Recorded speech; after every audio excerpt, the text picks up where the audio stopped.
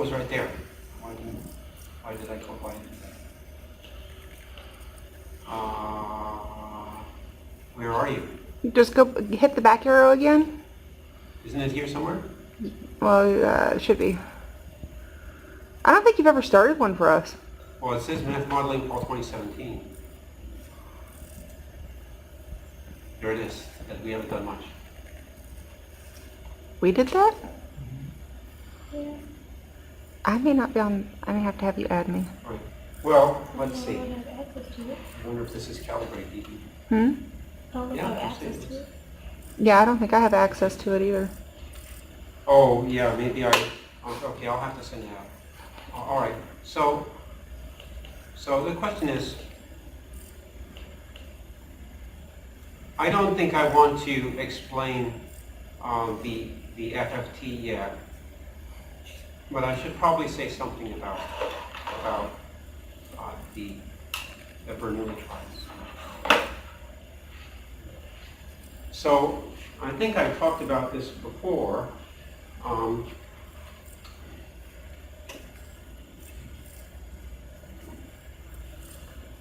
slow getting started here.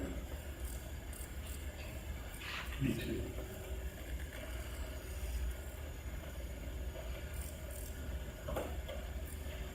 Okay, so as I said, you're basically having a sequence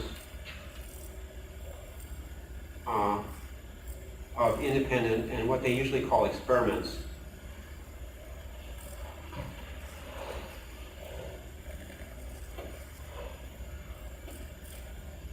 And the example that we're going to talk about is doctors, well, why don't we just say heart operation?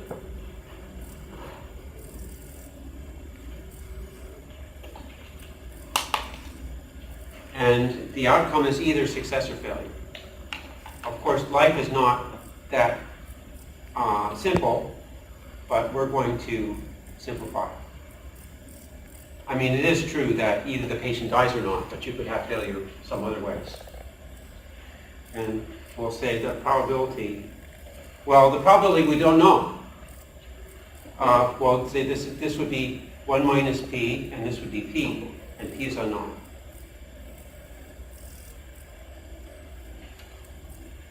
Okay.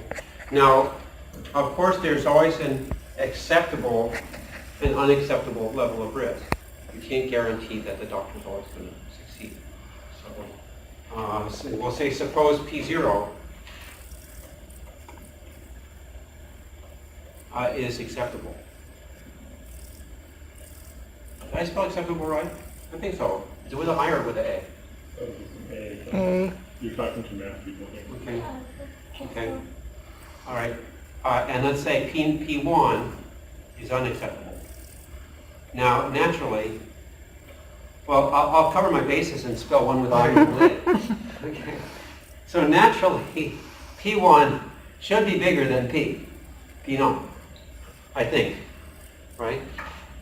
Because you certainly want, it's better, less is better in this case. So the question is, so let's suppose a doctor has done n operations.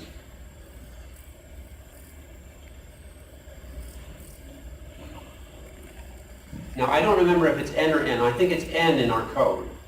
You can check that. N, yes, m sequences of n trials. So n is the row, n is the number of operations that the doctor is doing. And has done n operations. So can you tell? Can you tell if the doctor has unacceptable risk?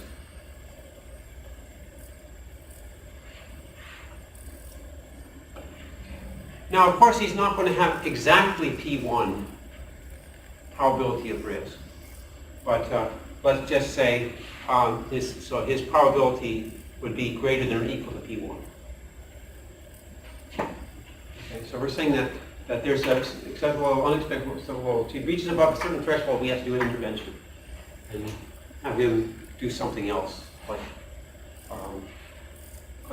do toenail fungus operations or something instead. All right. So that's the question. So the information you got is his record after n trials.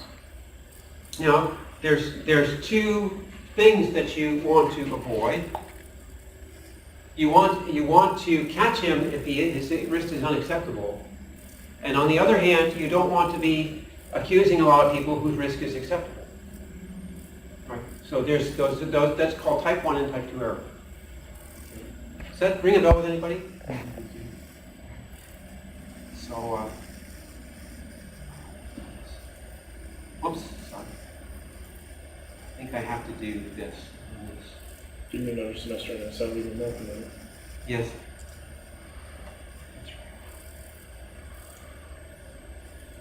All right, so you have a type 1 error.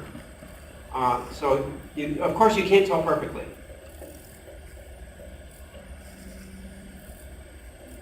Okay, so type 1 error, I like to make it thicker because otherwise it's not very clear. That's funny. A type 1 error. And I think type 1 error is false rejection of the null hypothesis, which means the doctor is really okay,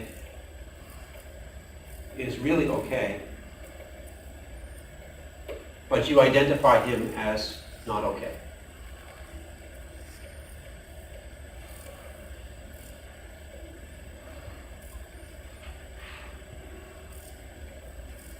And type 2 error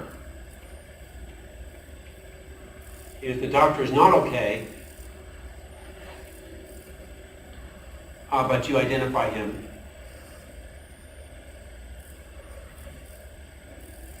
as okay. All right, now, practically, what are you going to do with these two things? These two really are offsetting. If you decrease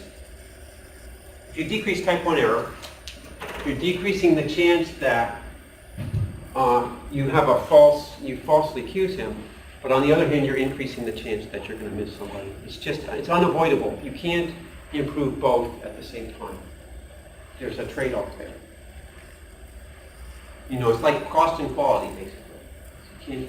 You can't do them both. Maybe you can do them both for a little while, but you reach a place where you can't improve one versus the other. Now, practically, what are you going to do? Suppose you have 1,000 doctors, right? Now, what you're going to do is you're going to be monitoring the doctors, and you want to, basically, you only have a certain number of resources for monitoring. You can't go around looking at 100 doctors and checking out whether there's something wrong or not. You're going to have to limit the number of what type 1 would be false alarms. You're going to have to limit the number of false alarms. Practically, that's what you do. You limit the number of false alarms and then catch as many people as you can who are not performing adequately. Okay, so what we're going to do is we're going to fix type 1 error, put a limit on type 1 error, and try to make type 2 error as small as possible. So that's the strategy. Limit type 1 error and make type 2 error as small as possible.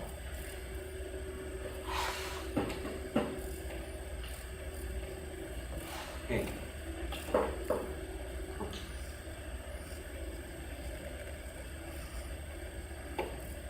Limit type 1 error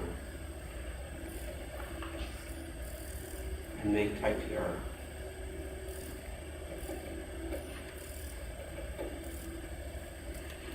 as small as possible.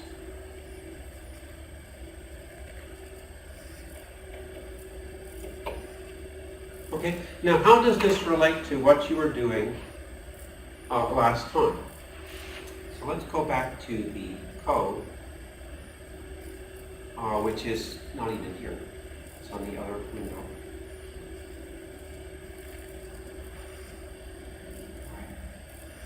So, what you were supposed to do, and I think that some people might have had trouble with this, was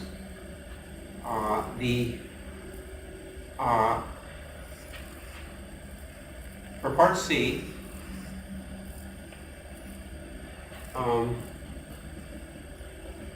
All right, for part C, you use this B sum. Now, what was B sum?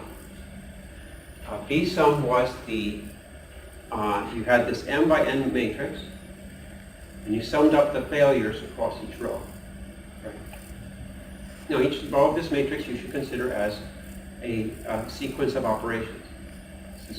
Each row is one doctor. Of course, we have to do, because it's going to be statistical, we have to do a statistical study. So each row is one doctor. And in this case, the doctors were given these virtual doctors were given a success probability P, which I think was 0.1. Is that right? So, and you saw a large variation in the results. So people got, you might have gotten 10 or even 20 failures. Now, this B log 00 was the log of the probability of that outcome, given that the actual failure probability was P. Okay, so, which it was. In fact, it was P. So, under the assumption that the failure probability is P, what is the log of the probability of that outcome? So, the bigger B log was, the more probable that outcome. In fact, if you had, what was it? Was it 50 trials? 100. 100? And your probability of failure was 0.1, then what's the most likely value? 10 would be 10, because it's 10%. So if you get a lot more than 10, it's not likely. If you get less than 10, that's also not likely. Right. But what you want to do is you want to compare that with a probability that you get the same result under this unacceptable probability. Okay, so you're saying, look, suppose he had unacceptable probability. Suppose he had unacceptable failure probability. What's the probability that I would receive this outcome that I see? And I want to compare that with the probability given this acceptable probability. Now you might say that the probability that's bigger, you choose that one. But then you have a problem. Then you might be checking 50 people out of 100. You might be checking too many people. So what we want to do is we want to limit the number of people so let's see. So now maybe I can pull somebody's spreadsheet here. Who will allow me to use? You can pull mine. Yeah, so it was cool. You can use mine. Okay. I don't mind. All right, very good. Okay. Tad wanted to see my code on how to make a legend anyway, so. So we have a willing victim here. Okay, so oh shoot. Let's hear. Okay. So I have to go back to where are we? Here.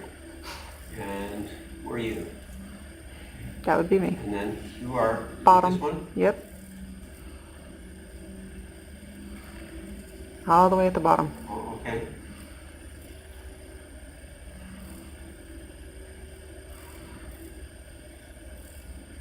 Boy, this was a lot of stuff. Yeah. Can't believe somebody signed that. That's just... Somebody doesn't believe in anybody having social lives. Well, I don't believe in social lives either, so. What goes around comes. Must be a math teacher thing. Wow, this is, we're not even halfway done yet. All right, so I'm gonna have to. She put a lot of extra stuff in there. There's a lot of stuff there. Did you copy the questions? Yeah, I she put the got- questions in there. All right. You were right I there. said very at the bottom. All right, now let's see, is this where we are?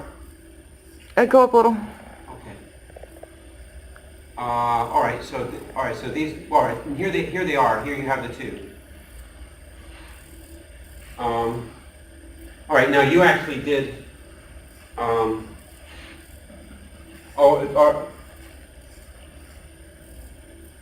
This doesn't look like part A. Well, no, I guess it does look like part A. All right, now in this case, all right, so let's see if we can see what Kat's doing here.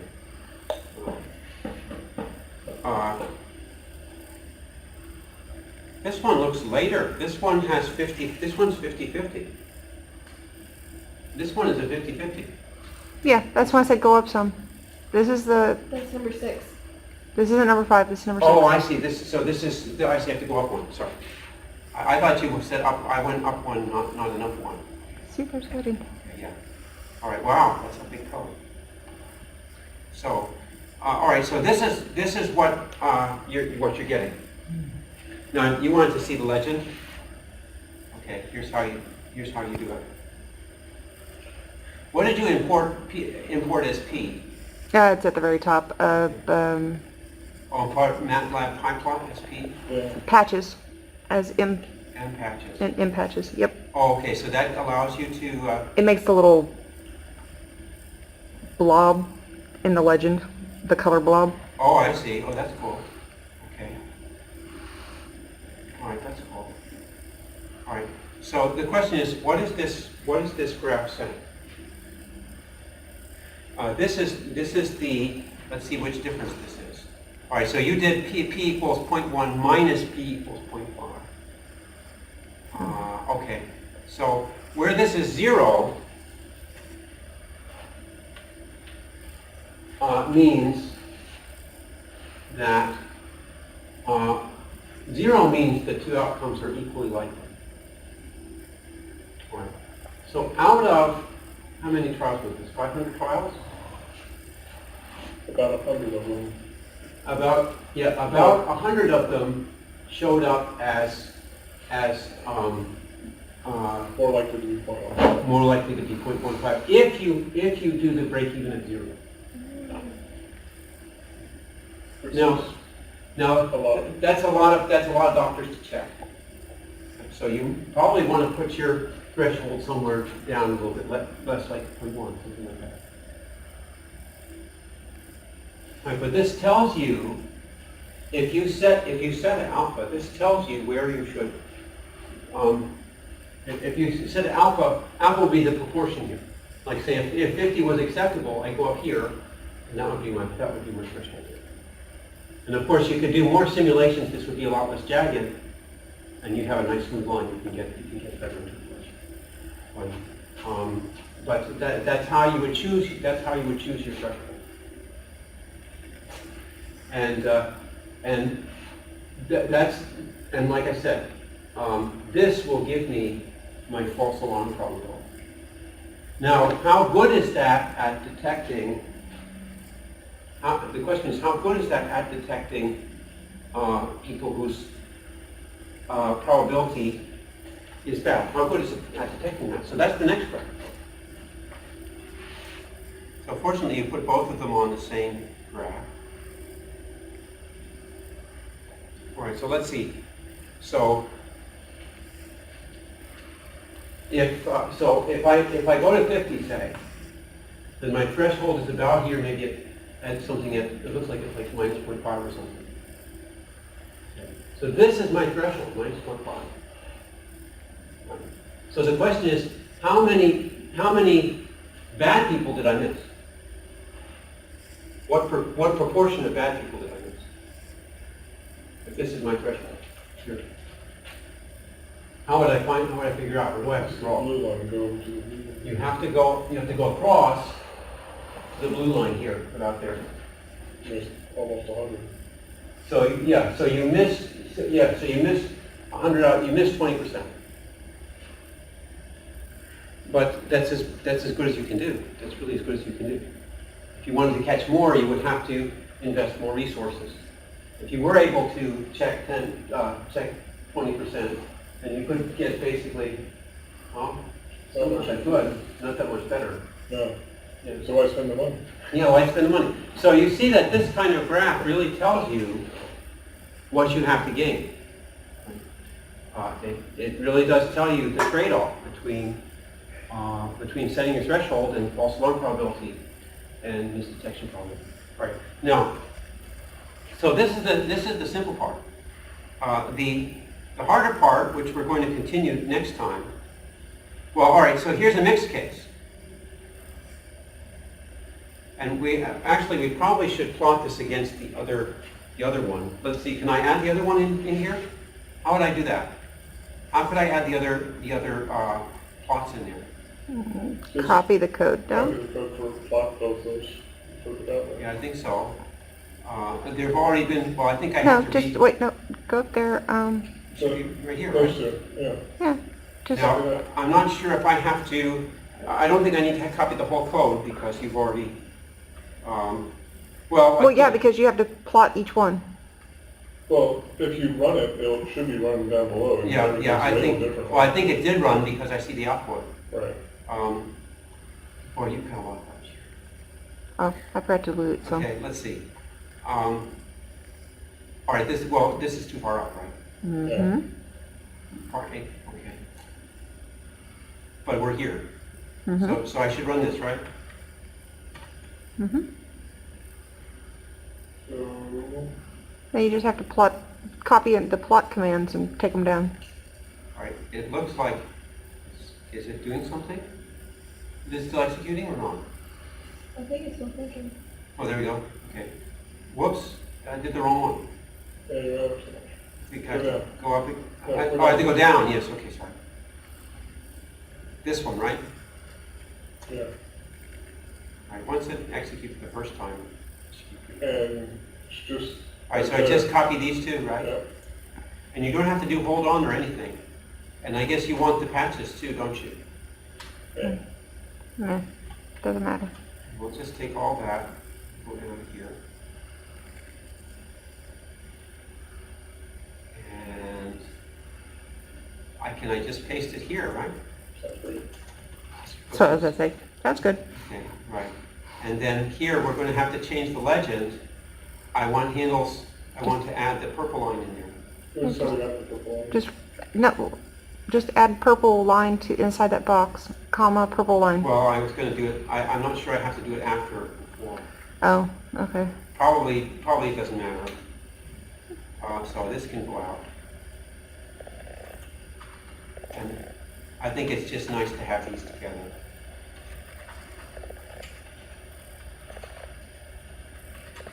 It's nice to have that stuff together. And ready to go, right? Let's see.